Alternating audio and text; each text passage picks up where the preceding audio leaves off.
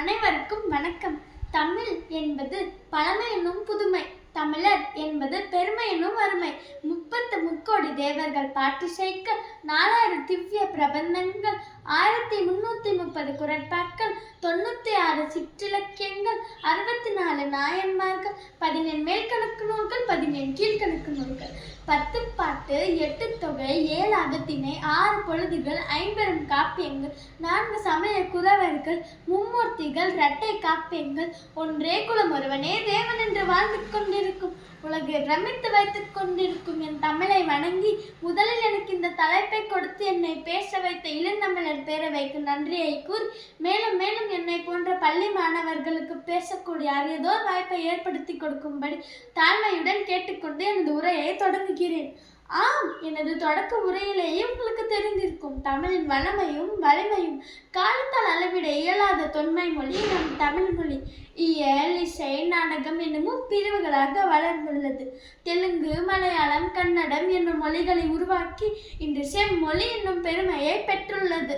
வளம் நிறைந்த வசதிகள் கொண்ட, நிறைய வார்த்தைகளை கொண்ட ஒரு மொழி நம் தமிழ் மொழி என்பதை நினைத்து நாம் பெருமைப்படுவோம். இலை என்பதற்கு மட்டுமே 36 சொற்களும், யானை என்பதற்கு மட்டுமே 42 சொற்களும் உள்ளன என நாஞ்சில் நாடன் என்ற கவிஞர் கூறுகிறார். யாதும் ஊரே யாவரும் கேளீர் என்ற கண்ணியன் பூங்குன்றனாரின் கூற்றுப்படியும், வந்தாரை வாழ வைக்கும் தமிழ் என்ற அடைமொழியுடனும் தன்னிகரில்லா தனித்துவம் பெற்று உலக மொழிகளுக்கிடையே உலா வந்து கொண்டிருக்கும் ஒரு மொழி நம் தமிழ் மொழியை தவிர வேறு எதுவாக இருக்க முடியும்? நீங்களே சொல்லுங்கள். 6809 மொழிகளில் 6 மொழிதான் பொதுமொழி. அதில் தமிழும் ஒன்று என்றால் இது உலகை பிரமிக்க வைக்கும் மொழி என்பதில் ஐயமில்லை. இடமிருந்து வளமாக எழுதுவதில் தமிழுக்கு முதலிடம்.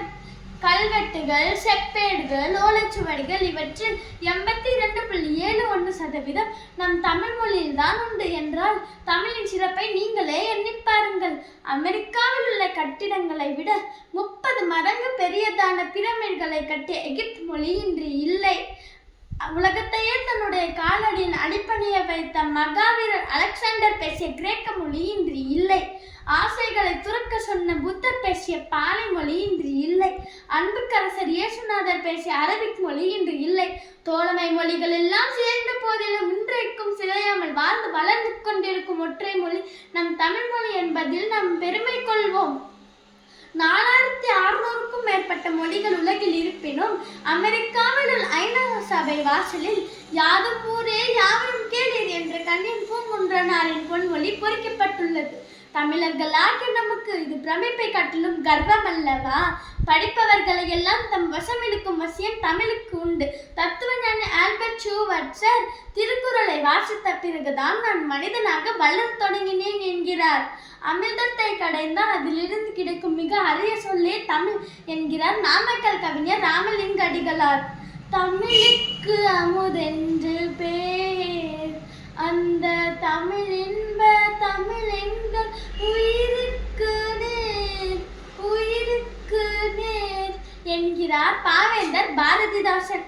தீதும் நன்றும் பிறர் தர வாரர் என்று உலகத்திற்கே வாழ்வியல் கோட்பாட்டை கோடு போட்டு காட்டியது நம்மை பிரமிக்க வைக்கும் தமிழ் அல்லவா? உலகத்திலேயே ஒரு மொழியை கடவுளாக வழிபட்டு அதற்கு கோவிலும் கட்டியுள்ளது நம் தமிழ் மொழிக்கு மட்டுமே என்பதில் நாம் பெருமை கொள்வோம்.